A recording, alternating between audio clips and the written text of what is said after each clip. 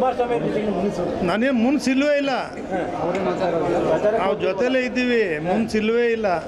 But ಅವ್ರು ಮಾಡೋದೇ ಹಿಂಗೆ ನನ್ನ ಬಗ್ಗೆ, ಅದಕ್ಕೆ ನಾ ಏನು ಮಾಡೋಕ್ಕಾಗಲ್ಲ. ಯಾರು ಕರೆದ್ರು ನನಗೆ? ಅವ್ರ ಮನೆಯಿಂದ ಅಭ್ಯರ್ಥಿ ಕರೀಲಿಲ್ಲ, ಅವ್ರ ತಾಯಿ ಕರಿಬೋದಾಗಿತ್ತು, ದೊಡ್ಡವ್ರು ಕರಿಬೋದಾಗಿತ್ತು. ಅವ್ರು ಯಾವ ತೀರ್ಮಾನ ಮಾಡಿಬಿಟ್ಟಿದ್ದಾರೆ. ಜಿ ಟಿ ದೇವೇಗೌಡ ಇನ್ನೇನು ಏಜ್ ಆಗಿದೆ, ಮಗ ಬಂದಿದ್ದಾನೆ, ಮಗ ಸಾಕು. ಜಿ ಟಿ ದೇವೇಗೌಡ ಮಗ ನಮ್ಮ ಜೊತೆಗೆ ಬೇಕು, ಜಿ ಟಿ ದೇವೇಗೌಡ ರಾಜಕೀಯ ಸಾಕು ಅಂತೇಳಿ ತೀರ್ಮಾನ ಮಾಡ್ತಾರೆ.